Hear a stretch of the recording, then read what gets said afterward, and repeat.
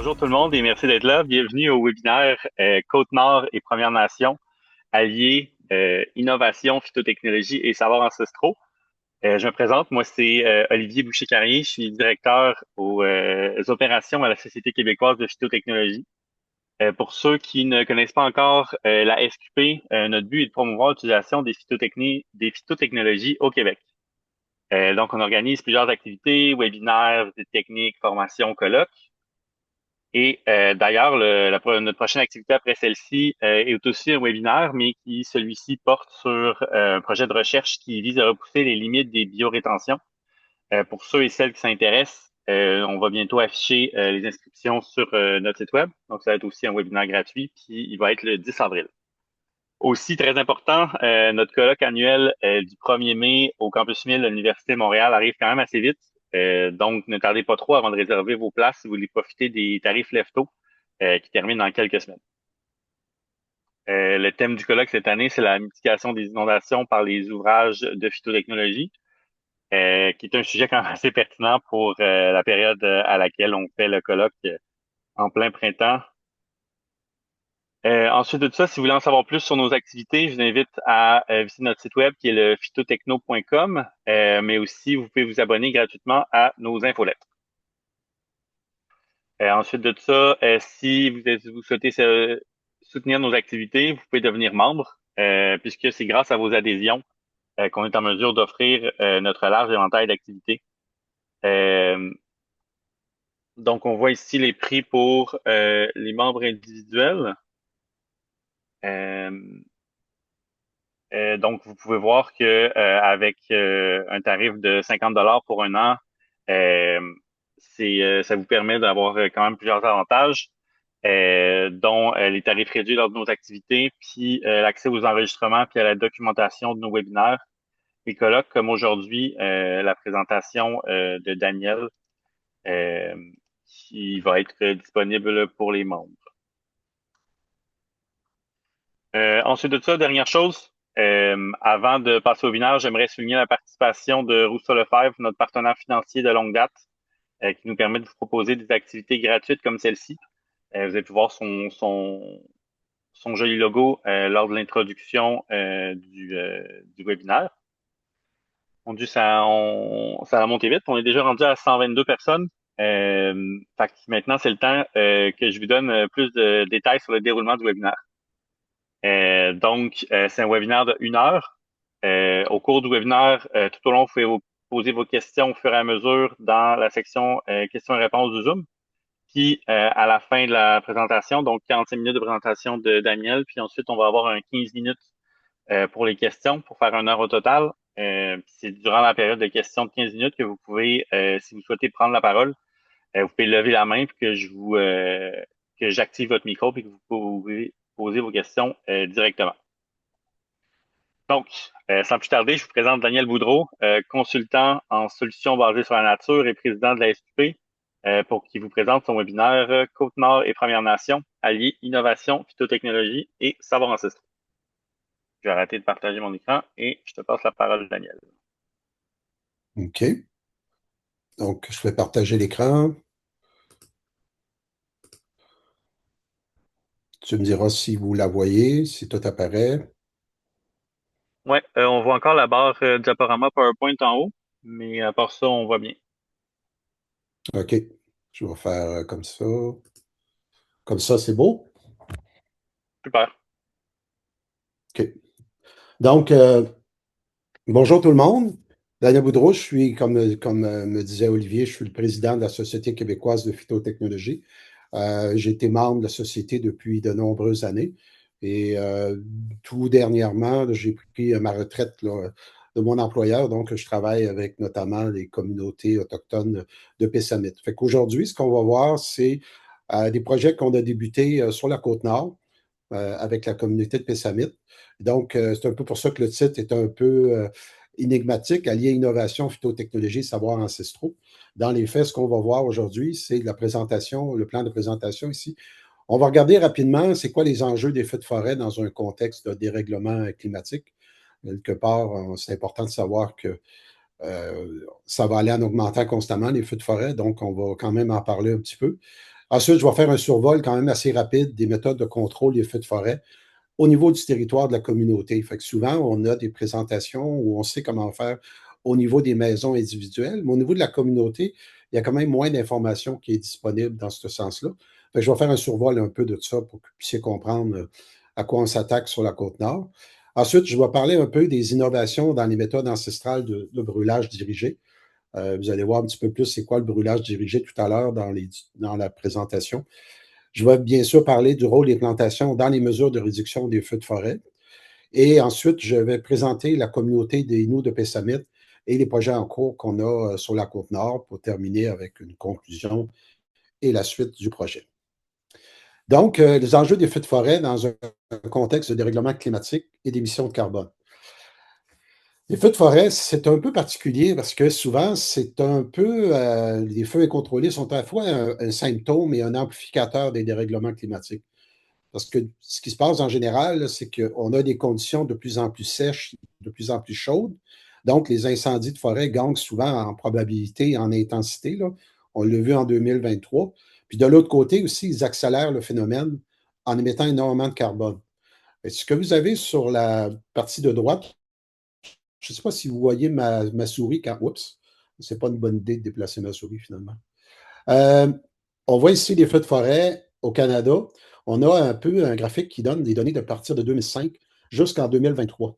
On voit en haut, en vert, ce sont les émissions nationales de gaz à effet de serre qu'on produit au Canada, qui tournent bon an, mal an, à peu près autour de 750 millions de tonnes. On était peut-être rendu autour de 720 millions de tonnes en 2023. Et on voit en rouge les feux de forêt comment ça a émis de gaz à effet de serre, notamment du CO2, en millions de tonnes d'équivalent CO2. En 2023, on dépasse nettement la barre des 800 millions de tonnes. On est à peu près à 1,1 milliard de tonnes de CO2 qui ont été émis dans les feux de forêt en 2023. Je n'ai pas encore les données de 2024, 2025. Là. C'est toujours un certain délai pour les comptabiliser. Là. Mais ce que ça montre, c'est que on risque d'avoir dans l'avenir de plus en plus d'émissions de gaz à effet de serre liées aux feux de forêt. Fait que, comme les feux de forêt, c'est plus sec, il y a plus d'incendies, il y a plus d'émissions, ben, on a pour effet d'augmenter aussi. Si on avait pris les émissions combinées, là, si on prend le 1,1 milliard de tonnes avec les 800 millions de tonnes, là, on se retrouve à être un des pays les plus grands émetteurs à ce moment-là, après la Chine, les États-Unis, bien sûr, mais ça reste quand même très significatif. T'sais.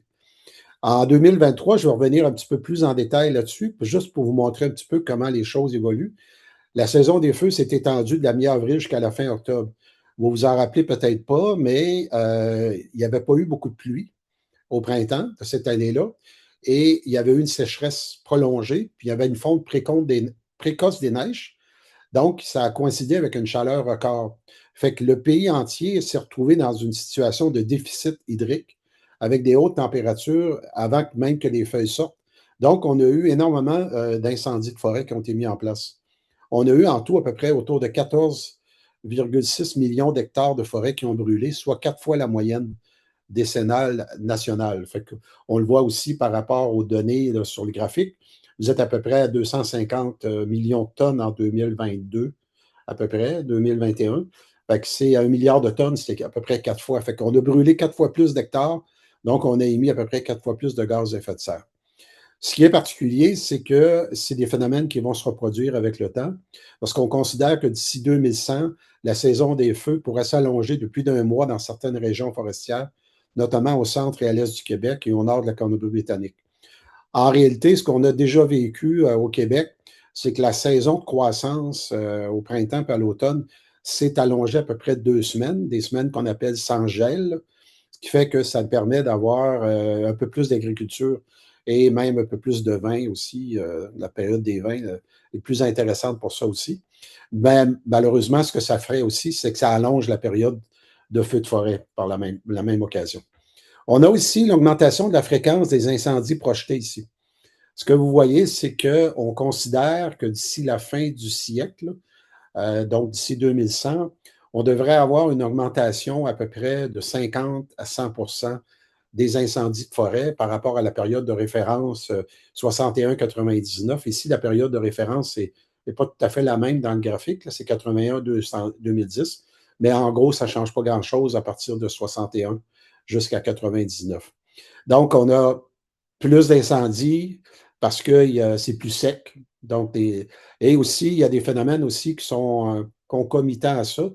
Je ne l'ai pas marqué ici, mais souvent, comme il fait plus chaud, c'est plus sec, on a plus d'impact aussi au niveau de certaines espèces d'insectes nuisibles, comme la tordeuse des bourgeons d'épinette, entre autres, qui a plus de chances de se reproduire dans des périodes plus sèches.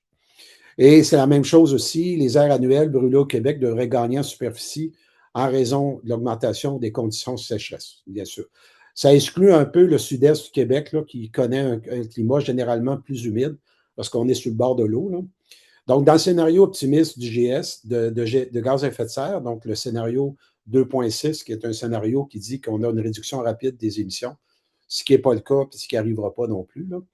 La superficie des forêts brûlées au Canada pourrait doubler d'ici 2100. En revanche, dans le scénario le plus pessimiste, le scénario RCP 8.5, on prévoit des superficies brûlées 3-4 fois supérieures d'ici la fin du siècle. Vous voyez à droite, là, on le voit là, de 2071 à 2100, là, avec le RCP 8.5, c'est en rouge. On voit qu'il y a vraiment une augmentation importante d'hectares là, qui vont brûler. C'est sûr que c'est souvent la particularité des hectares qui brûlent, généralement, ce n'est pas dans le sud du Québec où est-ce qu'on est plus dans des zones de feuillus, c'est plus dans le nord ou dans les conditions boréales, bien, ça touche beaucoup plus de communautés autochtones à cause de ça. Dans les années passées, en 2023, je pense qu'il y avait eu 170 communautés autochtones qui avaient été évacuées suite aux feux de forêt. Même chose au Québec, là, de temps en temps, on en a aussi. On a un autre graphique un peu dans le même sens. Là, c'est plus pour le Québec comme tel. On dit que le nombre de grands feux au Québec devrait augmenter d'une façon plus importante dans les prochaines années, quand on parle de 200 hectares et plus. Puis les régions les plus touchées par le nombre de grands feux euh, que par la superficie seront le nord et l'ouest de la province. Si on voyait un peu sur les cartes, là, vous voyez à droite, là, vous voyez qu'en rouge plus foncé, dans les deux scénarios 8.5 au Québec, on parle un peu plus là, ce qui touche à la baie James. La particularité de ça, par contre, c'est que vous avez tous les ouvrages hydroélectriques qui viennent de la baie James qui sont dans ce secteur-là. Donc, souvent, les feux de forêt vont avoir des impacts aussi sur la transmission d'électricité. Fait que on s'attend vraiment à avoir une augmentation importante, là. Un peu moins dans l'Est parce qu'on est plus dans des zones plus humides. Il y a plus les courants océaniques aussi qui sont là, ça. Et on s'entend à ce que la saison des incendies seront plus longue en raison de la fonte des neiges plus hâtive, combinée à des automnes plus chauds, etc. Donc, la saison de l'allongement des feux de forêt pourrait atteindre 3-4 semaines supplémentaires d'ici 2100 par rapport à la période de référence 81-2010. Le nombre de jours propices aux incendies, lui aussi, va augmenter de 26 à 200 %. Ce que je veux vous parler de ça, c'est parce que ça vous montre que ce qu'on a vécu en 2023, ce qu'on vit en Europe beaucoup, ce que la Californie a vécu, puis ce que le reste du Canada a vécu l'année passée, en 2025, bien, ça va revenir d'une année à l'autre. Comment intervenir dans ce sens-là pour être capable de minimiser les risques? On va le voir un petit peu plus loin. Je continuerai en vous montrant ici un graphique qui est intéressant, qui montre que avant les années 2002, là, avec une petite flèche en rouge sur le graphique, les forêts canadiennes étaient des puits de carbone. Donc, on absorbait plus de dioxyde de carbone, de CO2, qu'on en émettait par les forêts. Par contre, à partir de 2002, on le voit, là, on est vraiment rendu en haut. Là. Fait que les perturbations naturelles qui sont beaucoup reliées aux incendies de forêt, mais comme je vous dis aussi, par rapport à différents types d'insectes qui affectent les forêts et qui détruisent notamment les épinettes et les sapins, mais on a vu une augmentation graduelle des émissions de gaz à effet de serre. Et là, on est dans l'ordre, comme vous voyez en 2023, à peu près à 1,1 milliard de tonnes de CO2 qui ont été émis là. Fait que ça va être probablement la même chose dans le futur par rapport à ce qu'on peut imaginer. On le voit vraiment, là, c'est sûr que ça dépend des années. Il y a des années plus basses, mais ça reste que concrètement. Et c'est un peu curieux parce qu'au niveau du Canada, on a toujours considéré que les émissions de gaz à effet de serre reliées aux émissions reliées aux forêts, c'était considéré comme des puits de carbone, mais ce n'est plus le cas depuis quand même 2002. Là. Fait que comme on est une des plus grandes forêts au monde avec la Russie, Mais c'est quand même inquiétant là, si les forêts boréales ne sont plus capables de séquestrer plus de carbone à cause de la sécheresse plus importante, à cause des feux de forêt plus importants et aussi à cause des insectes qui ont un impact majeur aussi sur la survie des différentes espèces, bien, on va avoir un changement dans les forêts comme telles. Donc, ça fait un peu le tour de ce que je voulais présenter sur la partie qui touche plus les feux de forêt, puis comment on peut travailler là-dessus. Ici, on va voir les méthodes de contrôle des risques de feux de forêt au niveau du territoire. En général, quand on voit des présentations au niveau de la SOPFEU, au niveau des villes, souvent on voit des méthodes de contrôle des risques autour des maisons. Mais on voit rarement des méthodes de contrôle qui sont plus larges, qui touchent plus à un territoire donné. Ici, ce que je fais, c'est que je reprends, entre autres, euh, une partie de présentation qui est dans un livre qui s'appelle, juste en bas à droite, vous avez la source Playbook for the Pyrocène et qui a été faite par justement des architectes du paysage, entre autres. Là. Ça a été fait beaucoup par la Californie, mais c'est la même logique pour nous, parce que la Californie est beaucoup touchée par les feux de forêt.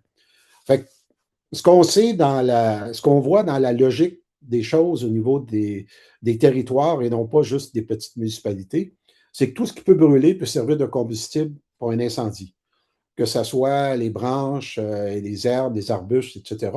Mais ça concerne aussi tout ce qui est autour des maisons qui peut brûler aussi. Là, on a vu des réservoirs de propane dans beaucoup d'incendies, les réservoirs, les voitures aussi, avec les réservoirs d'essence, etc.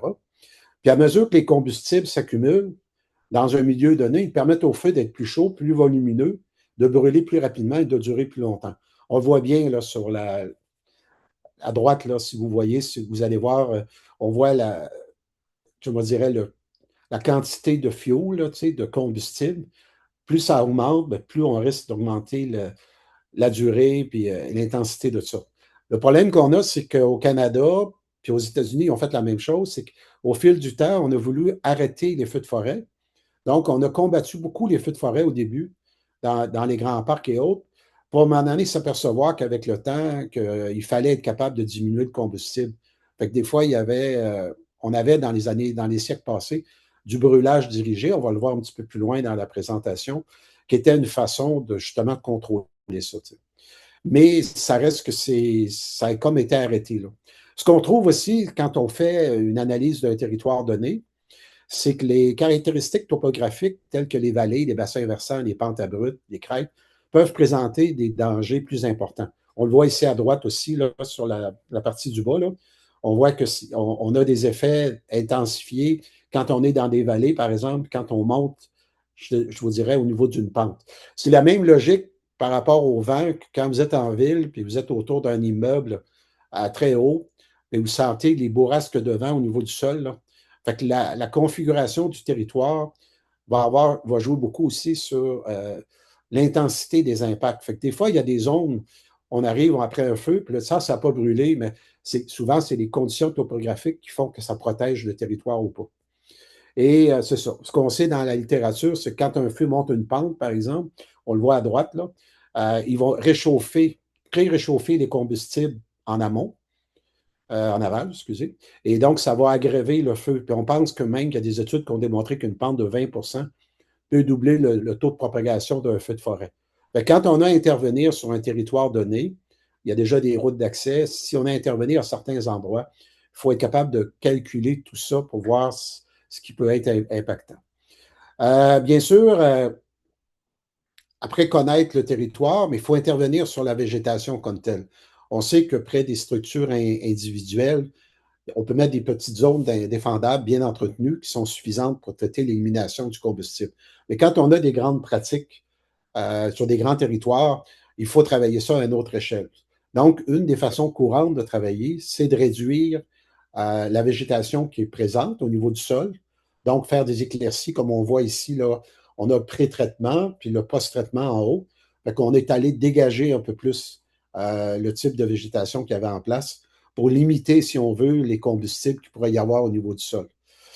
Aussi, un des objectifs qu'on peut faire aussi, c'est de mettre en place ce qu'on appelle des barrières coupe-feu qui vont permettre à ce moment-là de minimiser l'impact des feux de forêt en créant vraiment des barrières notamment de végétaux. Le problème qu'on a, c'est qu'il ne faut pas mettre des végétaux qui vont créer plus de risques d'incendie. Donc, il faut changer la végétation par rapport à ça. Et souvent, ce qu'on doit intégrer aussi souvent dans les murs coupe-feu, dans les zones coupe-feu, ben on intègre les routes, on intègre aussi les zones d'accès autour des parcs et autres pour que les pompiers peuvent intervenir sur une base régulière. C'est sûr que ça vous paraît logique, là, mais quand on veut le faire au niveau d'un territoire, c'est quand même assez euh, complexe et assez coûteux d'intervenir. Fait que souvent, ce qu'on va voir, c'est qu'on va faire juste une petite bande entre une forêt et la population, mais souvent, on pourrait travailler aussi avec des murs coupe-feu comme ça. On va les voir plus en détail tout à l'heure, ce qui a été fait à Pessamit, ce qui est en cours par rapport à ça. Bien sûr, aussi, il faut sélectionner des arbres, idéalement, qui présentent moins de risques d'incendie. Fait que quand vous avez un endroit qui est très dense, bien, idéalement, vous coupez les arbres qui ont plus de chances de brûler. Fait qu'on les voit ici sur la droite. Vous avez sur la gauche en haut un peu des conifères, des résineux, et qui sont plus à risque de brûler parce que ils ont des terpènes, ils ont de la résine, etc., comparativement à des feuillus qu'on trouve à droite. C'est la même chose aussi par rapport à la concentration de branches. Même chose par rapport aux cônes. Là, on le voit ici que s'il y a moins de cônes, il y a moins de risque de feu. Même chose pour les branches, pas les branches, mais le tronc. Fait qu'on arrive dans une situation où le tronc, si vous avez des troncs très denses, très rugueux, ben, vous avez plus de risque de feu quand il y a de la résine dessus. Fait que c'est la même chose en bas. On voit au niveau des feuilles. Si vous avez des feuilles très, très huileuses, très cireuses, ben, vous avez plus de chances d'accélérer le feu par rapport à ce qui est à droite, là, qui est plus humide. Donc, vous voyez beaucoup ici une différence entre ce qu'on a comme normalement dans les forêts. Malheureusement, ce sont des conifères, donc des sapins, des épinettes, un peu de pin. Idéalement, ce qu'il faudrait qu'on aille plus, c'est des forêts de feuillus. On va le voir tout à l'heure aussi. Ce qui brûle au Québec aussi, quand vous avez la plupart du temps, c'est ce qui brûle, c'est souvent les forêts du Nord. Les forêts qui sont situées proches des habitations dans le sud, de feuillus, ben, on entend beaucoup moins parler de risque de feu à ce moment-là que ça. Donc, vous les avez, les caractéristiques des arbres les plus inflammables. Là. Je les ai mentionnés, les feuillages durs, secs, constitués de feuilles sèches, des feuilles très fines en forme d'aiguille, un feuillage particulièrement dense et abondant, une écorce écaillée, rugueuse, bon, des végétaux à haute teneur en résine ou en huile, y compris les terpènes et les gommes. Donc, c'est vraiment, là, tu sais, quand on sent le sapin ou quand vous prenez une épinette dans vos mains, vous avez de la gomme, vous avez de la résine, là. Mais tout ça, ça brûle très, très, très facilement, là, tu sais, comme tel. Et donc, c'est une façon d'intervenir.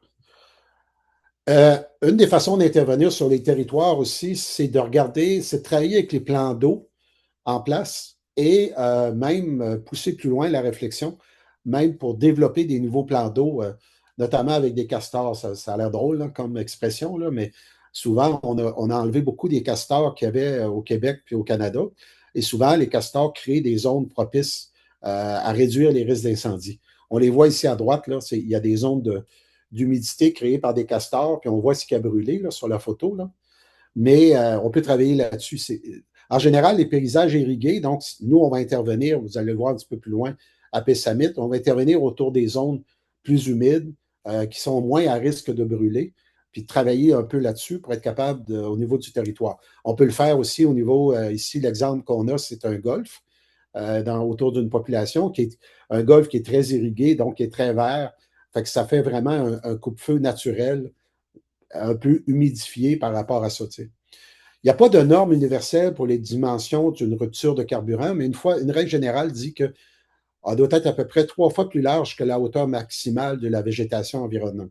Fait que souvent, dans des endroits donnés, c'est pour ça qu'on voit souvent en panique euh, dans les villes qui ont passé au feu ou qui étaient proches de passer au feu dans le nord, notamment en 2023, qu'on intervenait rapidement avec des bulldozers pour aller, je vous dirais, décaper une large bande de terrain pour éviter que le feu puisse traverser d'un bord à l'autre. Idéalement, c'est de pouvoir les créer à l'avance, ces zones-là, pour être capable à ce moment-là d'avoir ces bandes-là de protection. Tu sais. Et ça donne un peu l'idée. Fait que nous, sur la Côte-Nord, ce qu'on va faire, entre autres, on va regarder un peu aux endroits où il y avait des castors. on va probablement réintroduire des castors aussi par la suite. On ne va pas juste planter des arbres, comme je disais, on va planter des castors. Mais bon, c'est plus une farce par rapport à ça. Donc, l'autre point aussi sur lequel on peut travailler, c'est de faire vraiment des murs coupe-feu, plus de feuillus dans ce contexte-là, qui vont jouer notamment des barrières d'humidité contre le feu, mais aussi des barrières contre le vent. On le fait au Québec en hiver.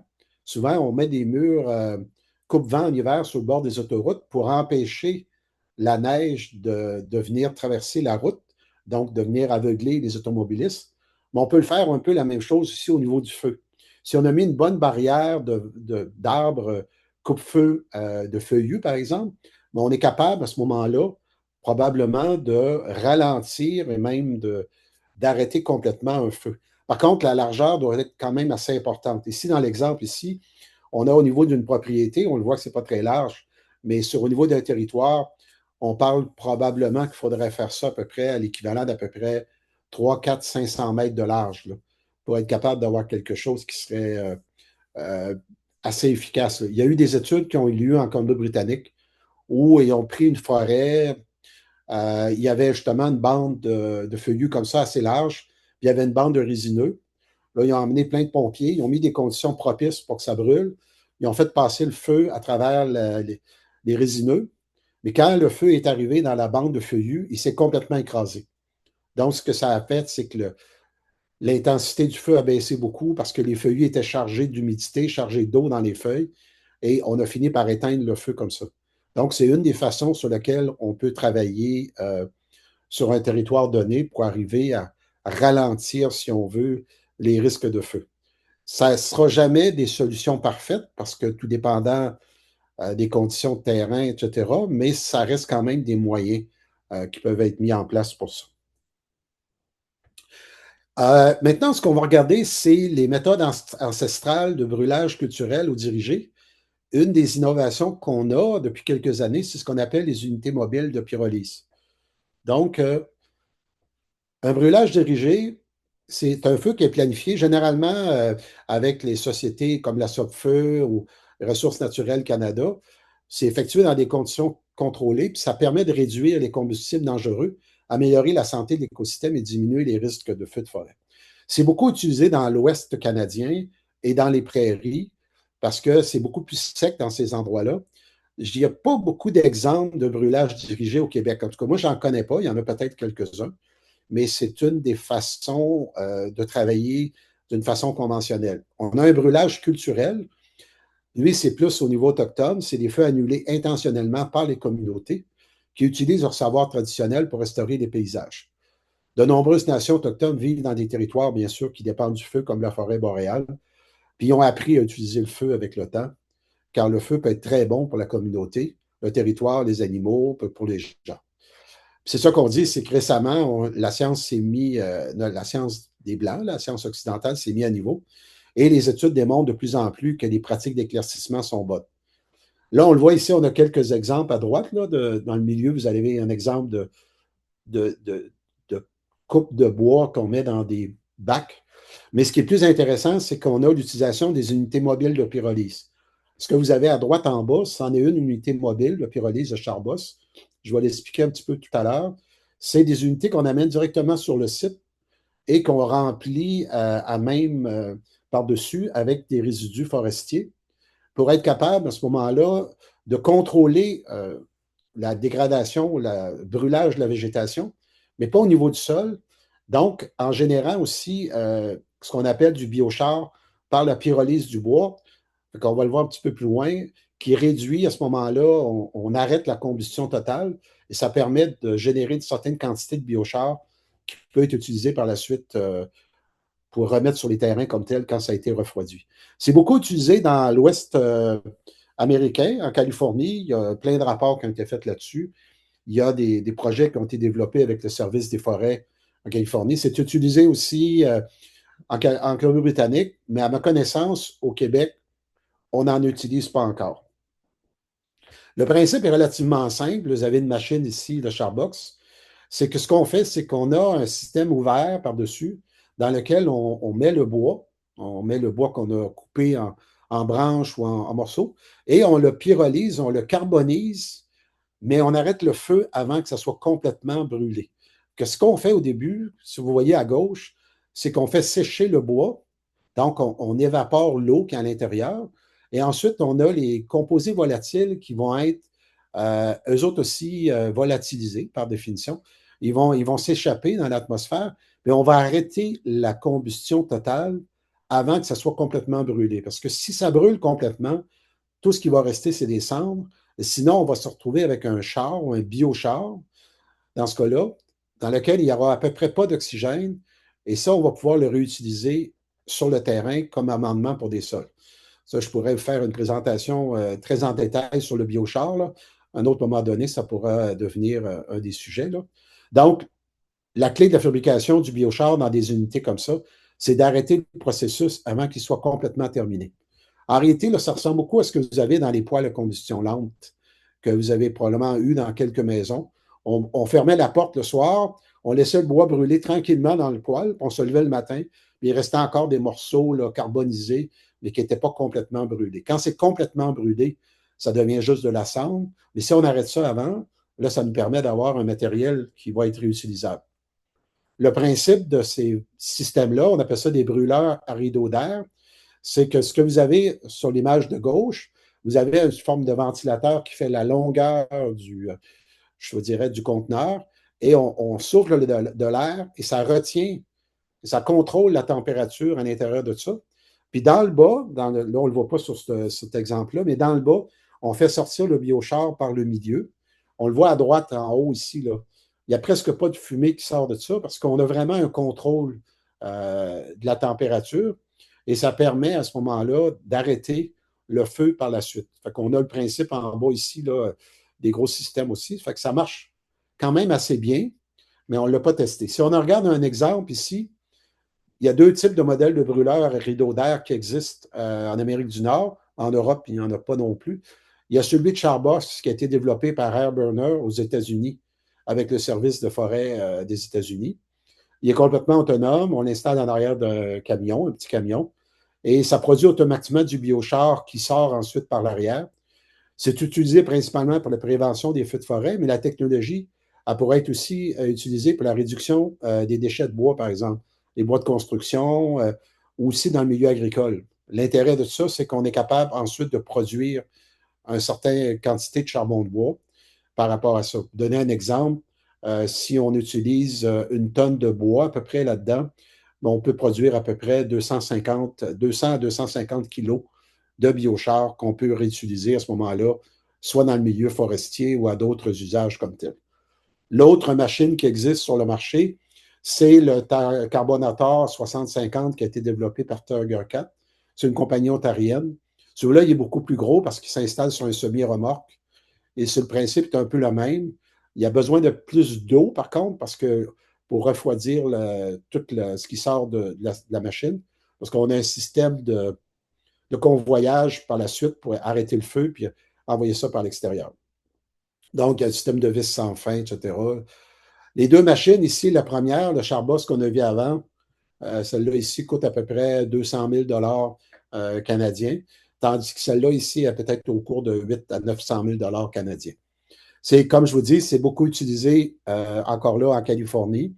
Il y a des essais qui se font aussi en Floride, à différents endroits comme ça. De plus en plus, ces machines-là sont relativement récentes. On parle peut-être depuis 5-6 ans que ça existe.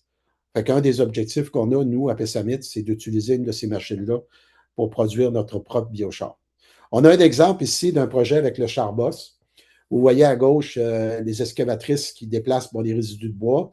Fait qu'on on prend ça avec une petite pelle, on le met directement dans le charbos qu'on voit dans le milieu. Puis vous voyez, là, dans le charbos du milieu, il est déjà allumé, puis on a un feu en arrière. Ça ne paraît pas tellement sur la photo, mais on voit en arrière, il y a comme un feu qui a été allumé dans le bois. Puis en avant, il n'y a presque rien qui sort du charbos parce que c'est vraiment un système qui contrôle les émissions. Et ce qu'on passe, c'est qu'en bas, vous avez un bassin de trempe. Dans le milieu, il y a comme un système de rouleau métallique et le charbon de bois qui sort dans le milieu, à peu près un pouce plus large, va se retrouver dans la panne en bas, va être refroidi, puis ensuite on va le retirer. Et ce que vous allez voir à droite, par exemple, ben, c'est comme c'est un système de rouleau métallique avec des trous, mais il y a une partie de la cendre et des petites particules de charbon de bois qui vont se retrouver à terre aussi, qu'on peut récupérer et qu'on peut remettre aussi en milieu forestier. L'intérêt que ça a, c'est que la cendre, entre autres, a souvent un pH très alcalin. Dans les milieux forestiers, les pH sont très acides, donc c'est une façon d'amender un peu le sol. Il y a un petit peu de biochar aussi à travers ça. Donc ça vous montre un petit peu les exemples de brûlage dirigé qu'on retrouve plus aujourd'hui par rapport aux vieilles technologies. Là. Les intérêts des machines mobiles comme ça, c'est que vous les amenez directement sur le terrain et ça vous permet de travailler directement à la source. Le rôle des plantations, ici dans les mesures de réduction dans la forêt de Pessamit. Pessamit, c'est un territoire sur la côte nord qui est situé entre Forestville et Bécomo. C'est la petite zone en rouge qu'on voit là, en bas, puis un petit peu plus gros. Ça, c'est le Inuassi. C'est le territoire de la réserve de Pessamit qu'on voit sur la photo en bas. Le Nitassinan, c'est le territoire ancestral qui était utilisé par la communauté Innu de Pessamit. La façon que les Inuits de Pessamit fonctionnaient à l'époque, c'est qu'ils venaient l'été dans le village pour, je vous dirais, pour réduire un peu les impacts par rapport aux mouches, puis ils repartaient l'automne, à la fin août, dans l'ensemble du territoire en remontant les rivières. Fait qu'on remontait la rivière Betsiamit, Pessamit en Innu. On remontait la rivière Ouzutard, la rivière Manicouagan et la rivière Tolustuk, qui était l'ensemble du territoire qui était sous, je vous dirais, utilisé par les différentes familles. Fait qu'il y avait des familles qui s'installaient aussi haut qu'au nord dans le réservoir de Cagnapisco. On a le réservoir de Manic 5 qui est juste au milieu. Là. Donc, de Bécomo à Manic 5, vous avez 250 km à peu près, c'est pour donner une idée. Là. Les gens partaient en canoë, puis ils pouvaient monter pendant un mois et demi les rivières en remontant le courant pour aller s'installer pour l'hiver, pour faire le camp d'hiver comme tel. On le voit ici en haut à droite, là, un exemple de camp où il est installé. Il est installé là depuis plusieurs siècles. Le problème qu'on a eu, c'est quand on a créé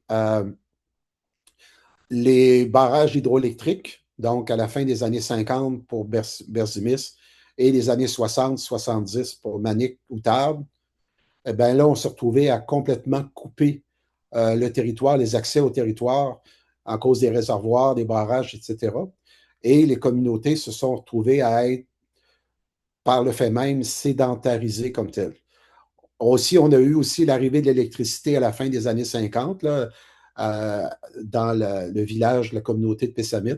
Et donc, ça a aussi contribué à sédentariser la population. Fait que sur quelques générations, la population s'est retrouvée à être certaines formes de sédentarisation forcée comme telle.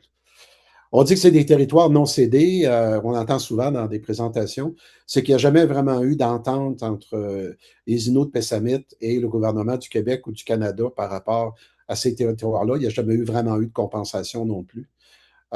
Pour donner un exemple, il y a eu une compensation sur la rivière Manicouagan à l'époque des gens qui avaient perdu leur territoire comme ça.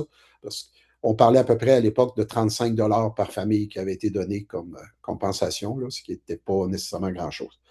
Donc, le reste de la présentation va vraiment regarder ce qu'on fait dans le Inuassi. Si vous avez en haut à gauche, à droite, là, vous avez la zone en rouge qui est l'Inuassi, qui est le territoire historique de la réserve de Pessamit. On parle de territoire d'à peu près 25 par 10 km². Dans ce territoire-là, c'est là qu'on intervient, nous, dans les projets présentement. Il y a eu des études qui ont été faites sur des analyses par le Centre forestier des Laurentides sur les prévisions de probabilité et d'intensité des incendies.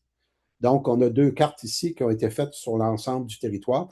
On voit en bas là, que le village de Pessamit, c'est la petite zone en blanc. Là. Donc, ce territoire-là, on a cartographié, on a, je vous dirais, quantifié un peu les risques de feu. D'un côté, qui sont un peu plus élevés, il faut aller plus dans la zone en jaune ou un peu plus élevé, en haut. Mais l'intensité des feux, on le voit sur la carte de droite, est beaucoup plus dans la partie du bas, comme tel. Donc, c'est un peu là-dessus qu'on travaille dans le territoire.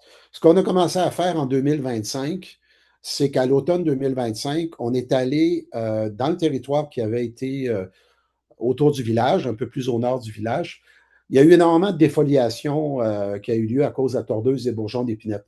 On le voit sur les photos ici, là, on voit que les arbres, les épinettes en arrière, puis les sapins sont complètement morts à peu près. Fait que ce qu'on a fait, on a commencé à faire ce qu'on appelle des parcelles de terrain où on a dégagé le site. Donc, on a jeté à terre les épinettes qui étaient morts, les sapins qui étaient morts, qui étaient debout, mais qui étaient morts. Et on a décapé les sols et on est allé faire des plantations de feuillus. Donc, on fait un peu une certaine forme de migration assistée dans lequel on va aller planter des jeunes plants. On a planté 2 érables rouges, 2 érables à sucre, 2 bouleaux jaunes. On a mis aussi, on les a protégés avec des protecteurs Free Grow qui viennent de Colombie-Britannique, d'une communauté autochtone là-bas. Et comme les sols sont très pauvres, parce que c'est des sols forestiers où la végétation est allée chercher à peu près toute l'azote qu'il y avait dans le sol, une bonne partie du phosphore. En plus, c'est des sols très acides, mais on a fait des amendements biologiques dans ce contexte-là en utilisant un compost marin et forestier qui vient de Bionord, qui est une compagnie située juste à côté à Forestville. Et ces produits-là sont vendus sur la marque Bionic dans les centres jardins. Ils sont distribués par Gloco, si les gens les connaissent. Et on a aussi utilisé un terreau d'Édafon, qui était un terreau dans lequel il y avait du frasse et du biochar et du compost aussi pour ça. De 2026 à 2028, ce qu'on vise à faire, c'est qu'on va planter, donc au printemps, on va commencer à planter 30 000 feuillus par année de différentes espèces dans différentes zones qu'on va avoir identifiées comme les zones les plus à risque pour la population. Donc, souvent par rapport au risque de feu, là. Donc, intervenir peut-être sur les crêtes des montagnes, proches des chemins. Donc, pour être capable de faire une certaine forme de migration assistée, en ajoutant aussi différentes autres espèces. Bon, on va mettre du peuplier faux-trempe, du bouleau blanc qu'on n'avait pas en quantité à l'automne pour le test. Mais on va rajouter des chênes, du frêne noir aussi, qui est une espèce qui est très prisée par les Autochtones. Peut-être un peu aussi euh, pas du cèdre, là, mais j'ai oublié le nom, là. L'autre espèce de c'est pas des épinettes, voyons, mélèze, le mélèze, il perd ses feuilles à l'automne. Et c'est une espèce aussi qui peut être intéressante pour la communauté. Et on va faire un suivi du succès de croissance et de croissance pendant les 3 prochaines années. On voit l'exemple ici, là, on le voit à droite, là, vous avez une photo, celle où avec Willy qui est en train de mettre la terre, ben, un mélange de compost et de terreau ici dans le sol, dans lequel on a mis un petit érable à sucre. Puis par la suite, on met les protecteurs parce que pour les protéger contre le gel et aussi contre certains types de broutage, là, par notamment des lièvres qui pourraient être intéressés par ça. On a fait aussi en 2025, à l'automne, une plantation de 12 000 saules à croissance rapide dans une sablière pour justement faire ce qu'on appelle un mur coupe-feu. Je vous mentionnais tout à l'heure que dans la littérature, ce qu'on voyait, c'est des murs coupe-feu de plantes qu'on pourrait mettre en place. Fait que l'objectif, nous, c'est un test pilote. On a vraiment pris une sablière, on a rajouté un terreau à l'intérieur de ça, qui était dans ce cas-là le terreau des dafons. L'année prochaine, ben, cette année, on va mettre du compost aussi et du biochar. Et donc, ça nous a permis de faire pousser des saules là-dedans. Ça pousse très vite, c'est des boutures de saules qui ont été plantées. Vous voyez en bas à gauche, on a les boutures, on a planté ça à la fin juillet. Puis à la 3 quarts de août, on est allé voir, et malgré qu'on a eu un été très sec, on avait quand même la croissance des boutures de saules sur à peu près 90 à peu près des zones. Les zones n'est pas très large ici, mais c'est un essai. Mais imaginez qu'on ferait une zone probablement de croissance rapide comme ça, de saules, probablement qu'on rajouterait aussi du peuplier, faux-trempe et d'autres espèces, mais de peut-être 500 mètres de large, dans des zones autour du village. Donc, l'objectif, ça serait vraiment de trouver des zones les plus propices à ça, abattre les arbres qui sont morts, les sapins et les épinettes, les pyrolyser dans une machine de pyrolyse qu'on n'a pas encore achetée, mais qu'on veut acheter aussi, puis installer des barrières coupe-feu aussi de saules à plusieurs de ces endroits-là, et faire des essais, par exemple, avec différents types de biochar qu'on va utiliser au début de l'usine de carbonité de Port-Cartier, parce qu'on a une usine qui en produit, et aussi celui qu'on va produire sur place, peut-être à l'automne, cet automne ou l'année prochaine seulement. Là, on va voir à quel moment on va trouver le financement pour acheter la machine. Ça va être complété aussi avec du compost de Bionord et ou du terreau, parce que le biochar comme tel, c'est un amendement de sol, mais ce n'est pas un engrais qui nous permet de faire le travail. Donc, la suite du projet, puis la conclusion, c'est qu'à notre connaissance, le projet est une première au Québec comme méthode de contrôle des feux de forêt au niveau du territoire d'une communauté autochtone. J'en ai pas entendu parler ailleurs, dans le reste du Canada non plus, mais ça se peut qu'il y en ait, là. On va produire, le projet va se produire, va se poursuivre pendant 3 ans, donc 2026 à 2028, avec des plantations d'environ 30 000 feuillus à chaque année, financées par Arbre Canada, entre autres, et par le Sustainable Forestry Initiative. On a eu du financement en 2026. Arbre Canada, on a du financement pour 3 ans. Le projet va faire l'objet d'un suivi scientifique avec des chercheurs de différentes universités. On a déjà des partenaires qui ont été identifiés. Là, on travaille avec Louis de Grandpré, qui est un ancien chercheur du Centre forestier des Laurentides, qui a pris sa retraite, tout comme moi, puis qui travaille avec la communauté de Pessamit. Donc, on va avoir des chercheurs de Yves Bergeron et d'autres qui vont venir. Et on va travailler avec le Centre collégial de recherche en forêt boréale de Bécomo, qu'on appelle le CETFOD, donc qui est déjà associé à ce projet-là. On va aussi tester différents types d'aménagement des sites forestiers dans l'Inuassu et d'amendement des sols forestiers, comme on disait tout à l'heure. On vise aussi à développer des substrats spécifiques à base de biochar et de compost pour les cassettes de semis de plantation de feuillus. Parce que là, la façon qu'on intervient, c'est qu'on vient directement, on creuse un trou, on va mettre le compost ou l'amendement dans le sol, mais idéalement, on aimerait avoir déjà l'amendement, le compost, déjà dans une cassette ou dans un litre peut-être, ou un 2-3 litres de sol, dans lequel on arriverait directement sur le site avec la plante, avec le semis qu'on aurait fait pousser là-dedans. Il y a des projets qui ont déjà été faits de production comme ça, de semis avec un peu de biochar au Saguenay-Lac-Saint-Jean, mais c'était pour des épinettes et des sapins. Nous, ce qu'on va faire, c'est travailler avec des mélanges de feuillus comme tel. Puis en fonction des budgets disponibles, on vise aussi à développer une petite pépinière de production de feuillus indigènes à Pessamit, qui sera associée probablement avec une pépinière qui existe à Saint-Fulgence, là, pas loin de Chicoutimi, de feuillus indigènes pour être capable justement d'être autosuffisant à un moment donné. Fait que ça fait un peu le tour. Fait que je terminerai en vous remerciant, Chinash Committee. Et je vous ai mis ici quelques photos des gens de la communauté qui ont travaillé avec nous là, dans le projet. Ce n'est pas tout le monde sur la photo, mais ça vous donne un peu une idée. Il y a peut-être eu autour de 20 à 25 personnes qui ont travaillé avec nous sur ces différents projets-là. Fait que je vous remercie. Ça fait le tour de ma. Fait que c'est bon pour moi. Est-ce qu'il y a des questions, Olivier? Oui, donc on va passer à la période de questions. Merci beaucoup, Daniel, pour ta présentation. C'était vraiment intéressant. J'ai plusieurs questions dans la zone des questions. Je vais commencer un peu par ça, puis ensuite je vais faire un saut sur Noémie Pelletier qui a la main levée pour poser une question justement de vive voix. OK. J'avais une première question sur d'où viennent les illustrations. Je crois que j'ai noté que c'était à la diapo 13 sur les feux de forêt que cette question-là a été posée. La diapo 13 sur les feux de forêt. Un instant, il faudrait que je le retrouve. C'est quoi? La 13. Désolé, là. Mais... Je crois que celle-là avec, Ah, ça avec... vient, oui, ça vient du. La source, c'est le livre, le playbook ici. En bas, j'aurais dû le mettre sur chacune des acétates, des playbooks for de Pyrocène. C'est vraiment un guide là, technique qui a été développé par des architectes du paysage, comme je vous disais. Là. Fait que vous pouvez le retrouver sur Internet là, gratuitement. Là. La référence m'a été fournie, entre autres, par Joël Thibault, là, qui est une architecte paysagiste avec qui j'avais parlé. Là. Fait que, merci à Joël pour ça. Là.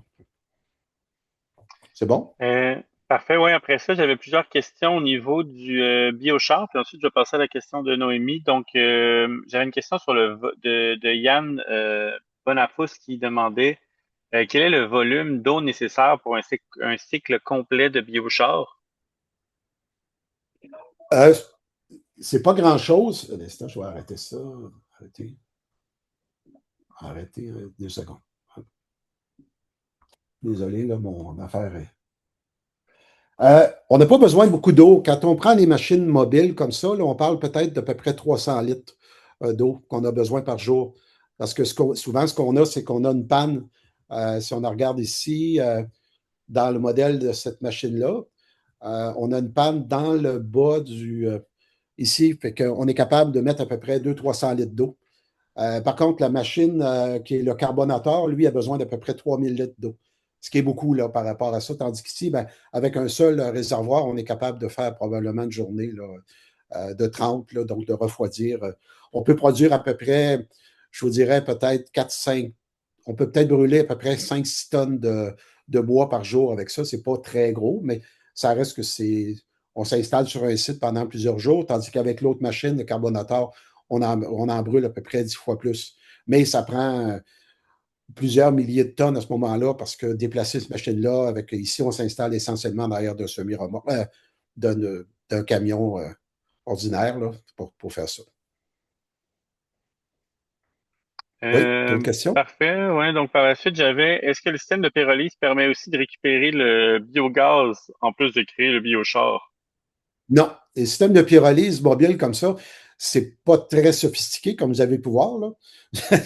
On n'est pas dans une usine. Fait qu'une usine comme à Port-Cartier ou des usines, on est capable de récupérer tout dépendant de la technologie, on peut récupérer les gaz. Il y a Pyrovac qui a une technologie où on récupère à peu près 85 de tout ce qui est carbonisé dans le bois. Donc, on récupère le biochar, la biohuile et les gaz de synthèse dans lesquels on est capable de faire de la distillation. Mais dans une unité mobile comme ça, tout ce qu'on récupère, c'est le biochar. Le reste est carbonisé. On l'a vu un petit peu avant. Tous les volatiles se sont évaporés. C'est pas parfait, mais en termes de coûts, là, puis de production, ça reste quand même des coûts parce qu'une usine où vous allez mettre plusieurs dizaines de millions de dollars pour construire ça, vous allez devoir déplacer tout le bois vers l'usine, tandis que nous, on va directement dans le bois pour ça, comme tel. Donc là, c'est plus intéressant. Parfait. Il y avait une autre question aussi de Paul Galland, puis après, je vais passer à la question à Noémie qui a levé la main. C'est encore une question c'était Paul Galland, excusez-moi, une question sur le système que vous proposez ne semble pas faire de pyrolyse. Avez-vous déjà considéré l'usage de systèmes utilisant de la pyrolyse assistée par micro-ondes ou le Microwave Assisted Pyrolysis of Forest Biomass? Ben, il y a plusieurs technologies qui existent, là, mais celle-là ici, c'est une technologie qui est simple. Là. Il y a quand même des analyses de cycle de vie qui ont été faites dessus aux États-Unis. La plus grosse aussi, Carbonator. Comme je vous dis, on produit peut-être, mettons, peut-être 20 de biochar. En théorie, on pourrait aller peut-être à 25 avec une usine sophistiquée. Puis les autres technologies, par micro-ondes ou d'autres, bon, ça existe en laboratoire, ça existe peut-être un peu moins au niveau industriel. C'est un domaine qui est relativement nouveau. On a Carbonity à Port-Cartier qui a ouvert une usine commerciale, là. Puis il y avait une autre usine qui s'appelait Bioénergie. Les autres, ils produisaient seulement la biohuile comme telle. Mais on parle de projets de 20, 30, 40, 50 millions de dollars là, pour produire. Et le biochar est vendu quand même assez cher à ce moment-là pour être capable de rentabiliser leurs usines. Il y avait une petite usine de Pyrovac qui était installée au Saguenay, qui a été transportée dans le Bas-Saint-Laurent et qui va servir à produire à ce moment-là du biochar et de la biohuile avec les résidus de palettes, de fabrication de palettes, entre autres, là. Mais là, on parle d'installation fixe, donc avec des coûts d'investissement beaucoup plus importants qu'une unité mobile de même, là. Mhm. Parfait. Donc, je sais pas si répond à la question complète de Monsieur Galland. Si vous voulez, vous pouvez reposer une question ou lever votre main, c'est des questions supplémentaires, mais je vais ouvrir le micro de Noémie Pelletier pour qu'elle puisse poser sa question. Voilà. Bonjour, est-ce Oui, que vous m'entendez? Oui. oui, Oui, ok, super. Ben, merci pour la présentation.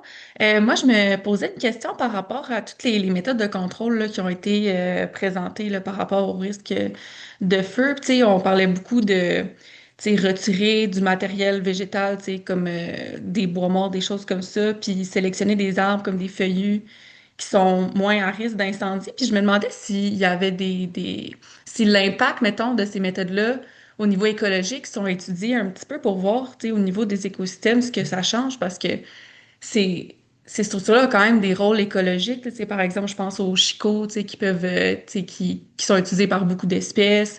Tu sais, dans les forêts aussi, beaucoup des conifères, tu sais, l'impact de mettre des feuillus sur comme un peu la structure de l'écosystème puis l'utilisation de l'écosystème. Je me demandais si c'était quelque chose qui était documenté. Ben, nous, on ne l'a pas documenté dans le projet comme tel. C'est sûr qu'il va y avoir des travaux dans les prochaines années avec plusieurs chercheurs qu'on va regarder plusieurs aspects. Ce qu'on est en train de voir dans les forêts du Nord, c'est que il y a une migration naturelle qui se fait tranquillement. Là. Il y a des travaux qui se font, entre autres, là, de faire de la migration assistée par une unité fonctionnelle de production de bois, là, de différents types de bois. Mais on n'ira pas enlever grand-chose. Là. Ça reste qu'on a des zones autour du village de Pessamit, là-bas, où c'est 80-90% des épinettes et des sapins qui sont morts à cause de la tordeuse des bourgeons d'épinettes. Là. Et donc, on va jeter à terre un peu des éclaircies, puis on espère que les arbres vont, avec le temps, produire leurs propres semences, puis d'être capables de se remettre en place comme tel. Mais ça reste que c'est des espèces qui sont déjà présentes sur les territoires à moins grand volume. Ce qu'on est en train de voir, c'est vraiment la disparition des forêts d'épinettes et de sapins. Là. Ce qu'on a eu avec la tordeuse là, en 2023-2024, les feux de forêt, on va le voir de plus en plus avec la hausse des températures et les sécheresses qui sont en place aussi. Fait que, ben, bref, et on a vu aussi les changements de zonage, au niveau des zones bioclimatiques. Là, sur la côte nord, on est passé de 3A à 3B à 4A, 4B au niveau de la température. Fait qu'on s'attend à ce que ça soit de plus en plus chaud dans le futur. Mais c'est ça. On fait des tests autour de la, du village, donc dans la zone de la réserve essentiellement. Là. Et parce qu'il y a beaucoup de chalets des gens de la communauté qui sont installés là. Donc, ça serait pour être capable de contrôler un peu, mais imaginez-vous, là, ça représente probablement 0,0001 du territoire ancestral du Nitassinan. Ce n'est pas avec ça qu'on va trop influencer je dirais, l'écologie du milieu, là, tu sais. Mais ça va être suivi aussi. On a quand même beaucoup de chercheurs en écologie forestière là, qui vont suivre les travaux. Bon, on a d'autres travaux, j'en ai pas parlé, mais ça, c'est la moitié du budget va sur le sud comme ça. Mais on a des travaux qui se font à peu près dans les anciens feux de forêt au nord, à peu près à 200 km du village. Et là, on va travailler à la restauration du couvert forestier pour les caribous. Donc, on va reboiser en épinette, là, encore là, peut-être avec des amendements aussi pour essayer d'améliorer la survie du caribou là, dans le nord. Mais ça, c'est une autre partie du projet, là, mais c'était pas l'objectif de la présentation. Je ne sais pas si ça répond à votre question, Noémie. Oui, ben merci, ça me donne un peu un aperçu de ce qui s'en vient aussi là, au niveau de la recherche. Ben merci. Merci. Est-ce qu'il y avait autre chose, Olivier?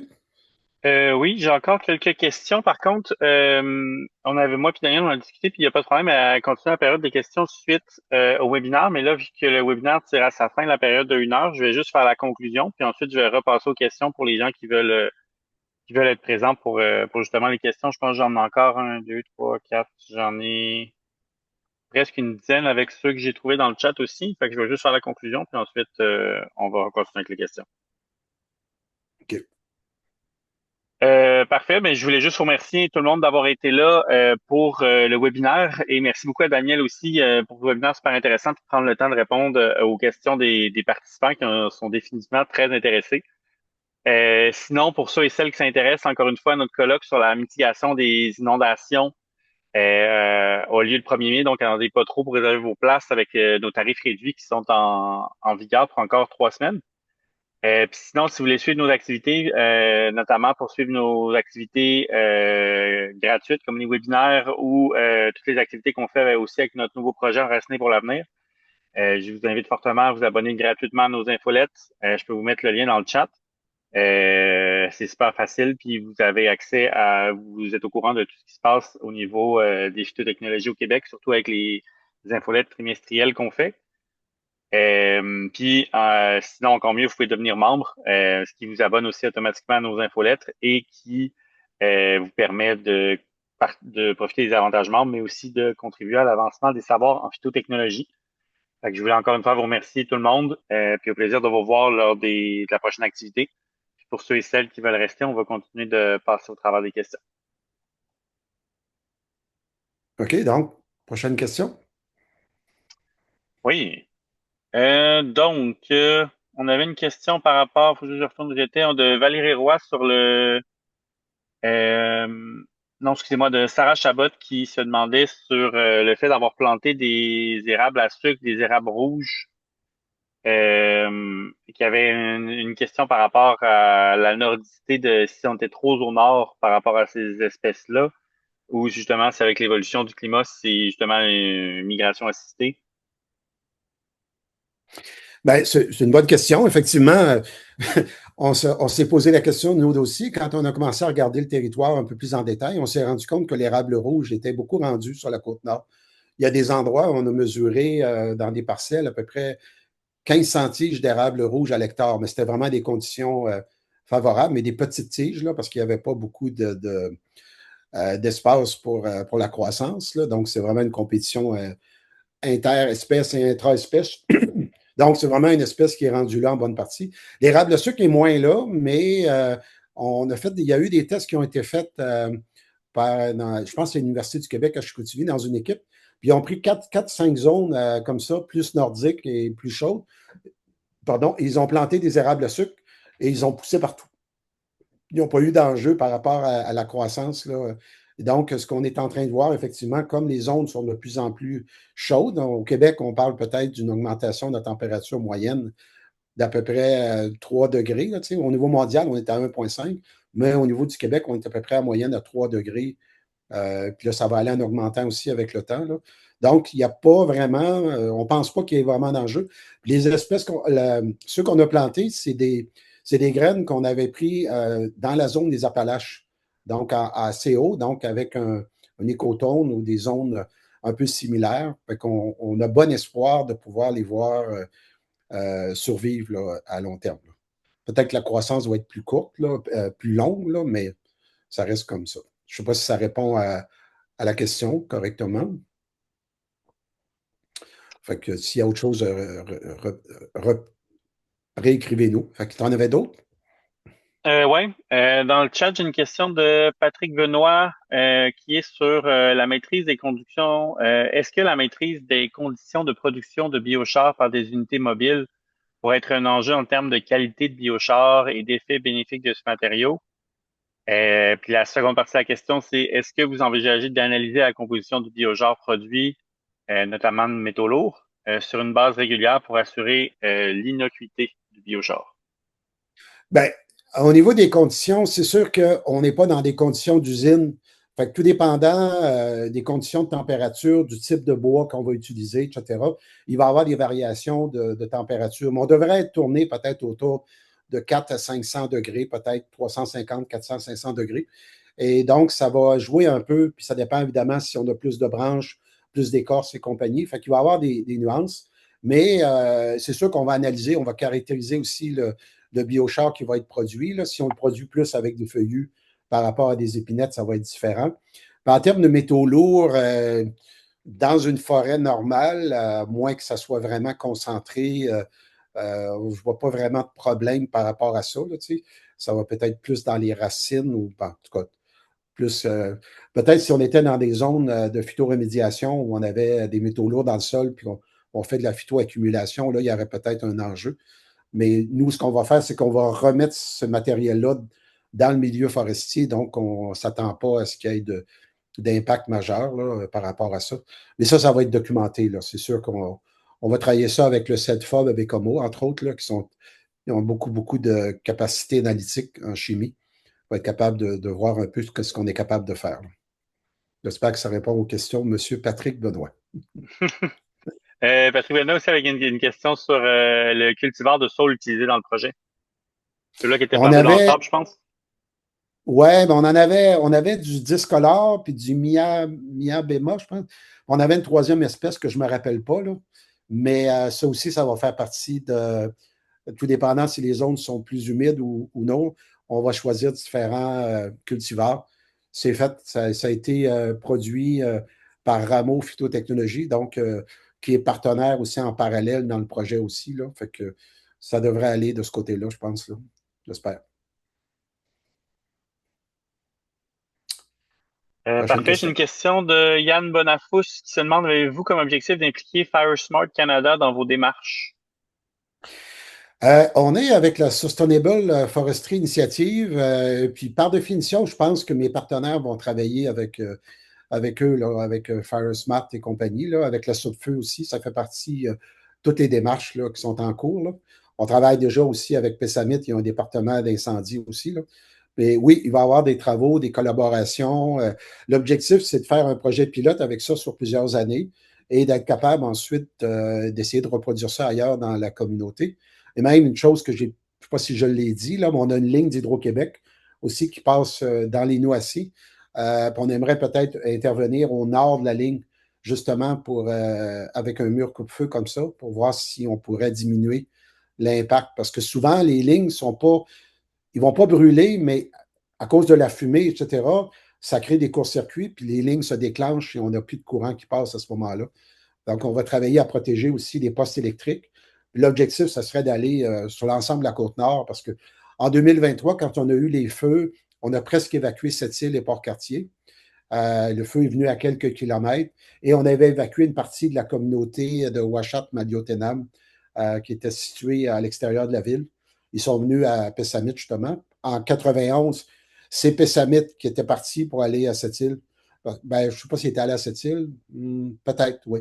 Parce qu'il y avait des feux qui menaçaient le village aussi. Là. Ça aussi, c'est un enjeu beaucoup pour les communautés autochtones, là, comme tel. Et Oui. justement, quand on parle des communautés autochtones, on a une question de Sophie Lévesque sur l'implication de la communauté de Pessamit dans le projet et comment en gros qui ont été impliqués au niveau de la planification. Ben, à l'automne, ce qu'on a fait, c'était vraiment un projet pilote. Là. Vous avez vu les photos d'Autochtones. Donc, on travaille avec ce qu'on appelle les gardiens du territoire. C'est le service territoire et ressources.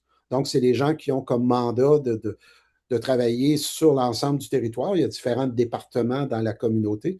Donc, physiquement, moi, j'étais là pendant 2 mois cet été avec des Autochtones. On avait un autre projet en parallèle aussi, j'en ai pas parlé, mais on a replanté des arbres dans le village.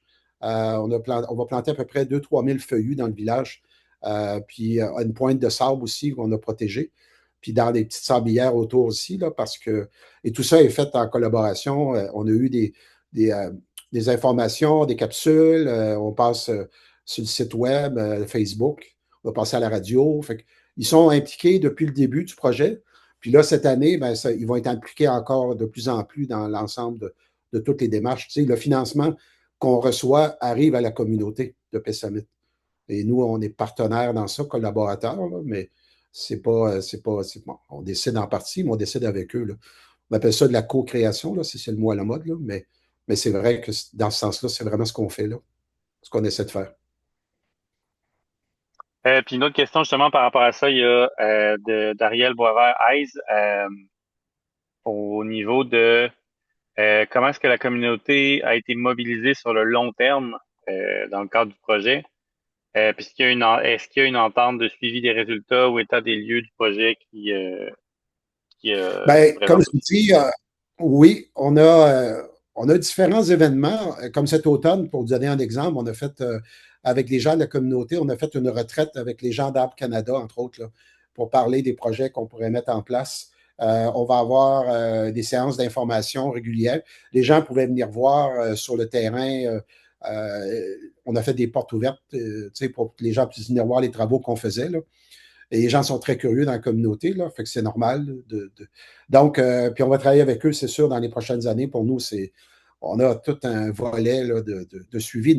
D'ailleurs, le programme de Sustainable Forestry Initiative, c'est vraiment pour mettre en place des plans de concertation avec la communauté.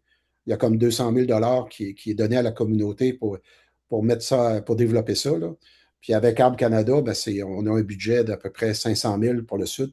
C'est pas énormément d'argent, mais ça va nous permettre de commencer à faire des travaux. L'objectif, c'est de développer par la suite en allant chercher d'autres subventions, parce que ça coûte quand même assez cher de faire tout ça. Là.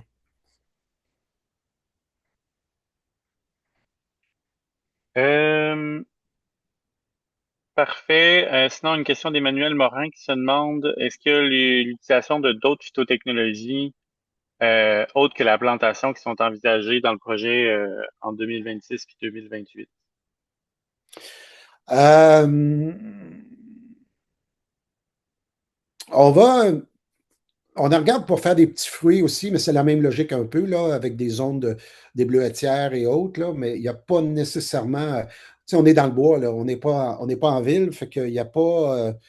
Ça reste que, tu sais, c'est quand même des murs coupe-vent, des murs coupe-feu, reboisement, migration assistée. Euh, Ça ressemble à ça, là. Il y a un petit peu de. On en regarde un petit peu pour du génie végétal sur la stabilisation des berges aussi à certains endroits. Mais ça, c'est pas encore. On va le savoir plus cette année, là. On va vraiment caractériser beaucoup plus le territoire. On a un ingénieur forestier Jacques Duval, qui était au ministère des Ressources naturelles à Québec, là, à Bécomo, qui a pris sa retraite, qui travaille avec nous beaucoup à temps plein là-dessus pour caractériser toutes les zones. On va aller avec des systèmes GPS.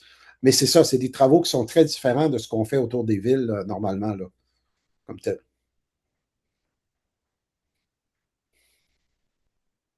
Euh, Parfait. Il nous reste deux questions. Encore une sur le biochart de Paul Galland. Où est-ce qu'on a, je vais regarder premièrement si c'est encore présent parce qu'on ira juste à 56 personnes. Oui, parfait. Il a dit, le méthane est-il, dans le cadre de la création du biochar, est-ce que le méthane est torché? Je crois que ça veut dire qu'il est juste consumé, brûlé ou réutilisé pour la combustion ou simplement relâché dans l'atmosphère avec justement les machines portables de pyrolyse que tu as présentées. Ben, c'est pas. Ouais, il va y avoir un peu de méthane, il y a un peu de. Tu sais, en réalité, quand tu as de la décomposition de la matière organique, tu sais, mettons, si tu laisses un arbre sur le terrain, il va se dégrader, il va avoir un peu de méthane, un peu de CO2, etc. Là, tout est brûlé, donc c'est de la combustion comme telle. Ce qu'on fait, c'est qu'on arrête la combustion avant qu'elle ait complètement brûlé. Donc, on est capable de récupérer à peu près 20 du biochar. Mais tout le reste est comme émis à l'extérieur. C'est un peu comme un feu de forêt conventionnel. Dans l'Ouest canadien, ils font du brûlage directement sur site. Là, ça a tendance à brûler les sols aussi, à affecter les sols. Puis tout est brûlé, fait qu'il n'y a pas de réutilisation. Là, on fait quand même une certaine quantité de réutilisation. Puis on est capable comme on séquestre du carbone à travers le biochar, on est capable aussi, probablement qu'on serait capable de vendre la valeur de séquestration du carbone à des entreprises, là, parce qu'on va peut-être séquestrer. Tu sais, dans un arbre, tu as à peu près 50 de carbone. Tu en as à peu près Mhm. la moitié de tout ça qui vont être séquestrés dans le biochar. Le reste, ben, il va se retrouver dans la volatilisation, puis etc. Là. Fait que oui, peut-être avoir un petit peu de méthane, là, mais c'est tellement combustion que c'est plus du CO2 qu'on va avoir, tu sais, que du CO, que du méthane. Ouais. On s'entend aussi que c'est ça pour empêcher que ça brûle au complet, fait qu'il y a quand même une certaine quantité qui est Oui, stockée au lieu de juste se retrouver dans l'atmosphère. Il y a quand même oui, ça aussi à c'est prendre ça. en compte dans ce calcul-là. L'avantage du biochar aussi, c'est quand tu le remets dans le sol, ben, tu améliores tes propriétés, ton amendement du sol, mais ça retient beaucoup l'eau aussi. Ça peut retenir 5 à 7 fois son volume en eau. Donc, souvent, ça va faire que ça va réduire les risques des sécheresses par la suite aussi. Là. Ça a plein d'avantages, mais ça, je pourrais faire une présentation juste là-dessus. Ça fera peut-être Ouais, partie des prochaines présentations de webinaire. exact, pour la saison 26-27. Dernière question qu'on a de Yann Bonafous, à savoir si vous seriez intéressé à impliquer les propriétaires de l'eau boisée qui bordent la limite du territoire de Pessamit dans le projet. Ça pourrait. Je vous dirais, dans un premier temps, nous, on a un financement qui est associé à la communauté comme telle, là, mais il n'y a rien qui empêche qu'on pourrait travailler avec des lots de boisés autour, là, tu sais, pour être capable de diminuer les risques. Là. À partir du moment où on a acheté une machine, on serait capable de l'utiliser. L'intérêt de cette machine-là aussi, j'en ai pas parlé, là, mais quand vous avez des plantes envahissantes, par exemple, on est capable de décarboniser avec ça puis on réduit le volume d'à peu près 99 là, puis il n'y a pas de risque de dissémination des graines parce que tout est brûlé. Le biochar peut être utilisé directement dans le sol où est-ce qu'un endroit où est-ce qu'on avait des plantes envahissantes, replanter par exemple des saules à croissance rapide.